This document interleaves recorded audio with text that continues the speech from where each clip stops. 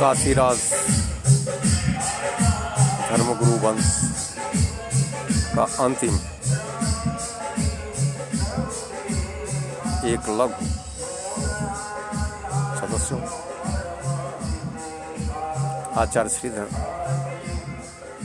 सन 1647 में काशीराज के धर्मगुरु थे।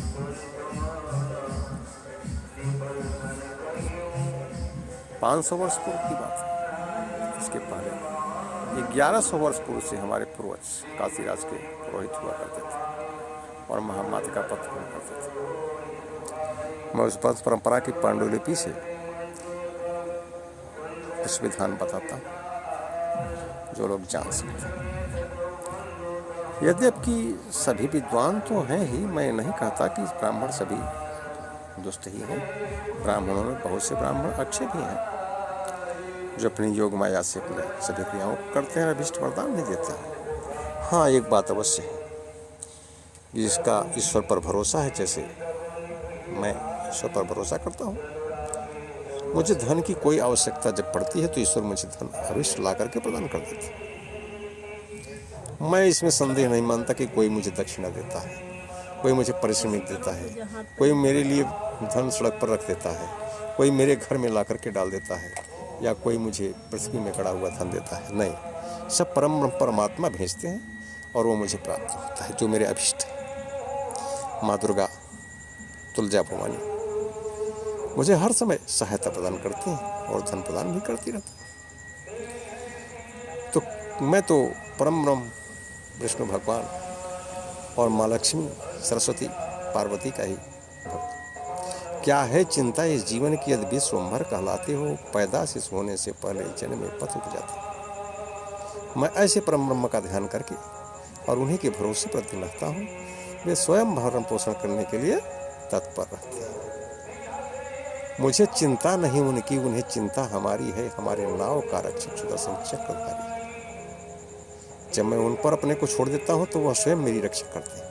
माता पिता से भी बढ़कर अपने गोद में पालन करते हैं और सब प्रकार के भ्रूण पीड़ा को निवारण भी करते हैं और समस्त सुख प्रदान करते हैं। समस्त धन, समस्त संपत्तियाँ, संतुष्टि, संतोष, परमहर्ष, ब्रह्मानंद को देने वाले प्रभु और माँ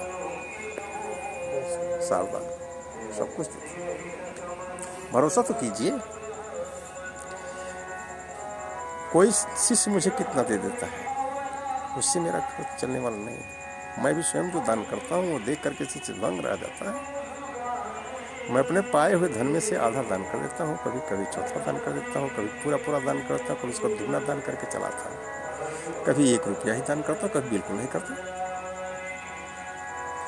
तो मैंने अपने दिल और दिमाग की सोच से ऐसा कार्य करता हूँ।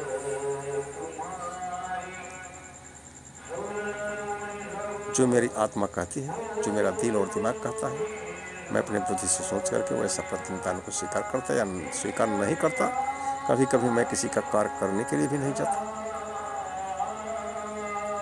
मुझे जब आभास होता है कि दुराचारी है तो उसे पूजा कराने के लिए नहीं जाता हूँ, क्योंकि गुरु भोगई अध शिष्य का, शिष्य का किया हुआ आधा पाप गुरु को भोगना पड़ता है दान लेने के कारण, और उसे वरदान देने, आशीर्वाद देने के स्वरूप। इसलिए सभी को आशीर्वाद देना भी व्यर्थ है, नहीं देना चाहिए। मेरे पूर्वजों का एक कहना है कि आशीर्वाद देकर के किसी के पाप को नष्ट न करो। अपने जीवन की कमाई संचित निधि वही धर्म और तपस्या है। ब्राह्मण का यही कर्म है। ब्रह्म साक्षात्कार से हृदय से किसी को आशीर्वाद न दें। हाँ, जिससे हम कुछ अर्जन करते हैं, जिसका भोजन करते हैं, उसे मेरी तपस्या का फल तो स्वतः ही चला जाता है। चूँकि हृदय प्रसन्न हो गया तो सब कुछ उसे कुछ न कुछ तो आशीर्वाद मिल ही जाता है। लेकिन जो ब्राह्मण को संतुष्ट न कर सका, जो कृपण, तो उसे पूजा का कोई फल मिल ही नहीं सकता। कम से कम एक व्यक्ति को तो संतुष्ट कर लीजिए एक दिन, तभी भगवान को संतुष्ट कैसे कर पाओगे। मांगने के लिए तुम्हें अरबों रुपए की इच्छा है, पूरे संसार का साम्राज्य की इच्छा है, लेकिन एक व्यक्ति के भोजन को तृप्त नहीं कर सकते, एक व्यक्ति की आत्मा को संतुष्ट नहीं कर सकते, उसके पेट को भर नहीं सकते, तो आप सोचिए, जब इतना आपको संविधा देने की शक्ति नहीं है तो आपकी सारी तपस्याएं व्यर्थ हैं।